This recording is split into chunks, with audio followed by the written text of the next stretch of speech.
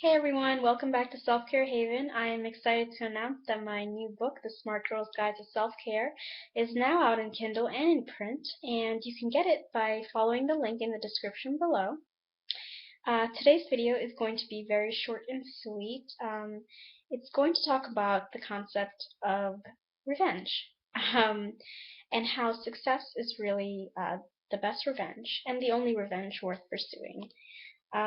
So anybody who's been through trauma such as bullying, an emotionally abusive or physically abusive relationship, it could be, a family conflict. It could be all sorts of traumas that you've experienced, basically that have to do with other people or one person inflicting pain upon you, are often overwhelmed with an emotion of not only grief and despair and hopelessness, but also a feeling of rage. And that rage can actually be very productive if you use it in a productive way.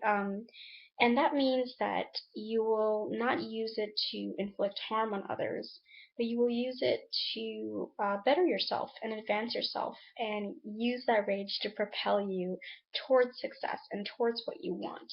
Now, how do you do that when you're so overwhelmed and you just have so many ruminations over what this person or this group of people did to you and how they treated you and disrespected you and there's all sorts of emotions involved with trauma and traumatic relationships and interactions, and these are all normal responses. These Your feelings should be validated.